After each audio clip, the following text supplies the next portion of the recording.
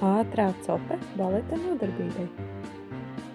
Satinam matus spirālē, uztaisam augstāku lasti, tā būs ērtāk. Tad paņemam tīkliņu, kurš ir satīts divās daļās, uzliekam pāri mūsu spirālē, pabāžam zembiņas un uztaisam mazu būciņu. Turam ar vienu roku un piespiežam. Sākam spraust. Spraužot mēs daram to pašu, ko mēs daram, kad tamborējam. Aizķeram aiz matiem un tīkliņu un tad iespraužam. Tad copa nejuks ārā. Tā mēs spraužam apkārt visai mūsu būciņai.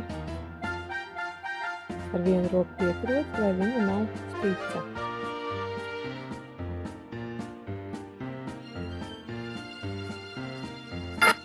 Ļoti jauki ir, ja mazais palīgs padod sprādus.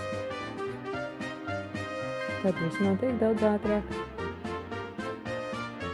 Beigās saspraužam adatas tur, kur tās varbūt vēl ir vajadzīgas vai ir izlaistas.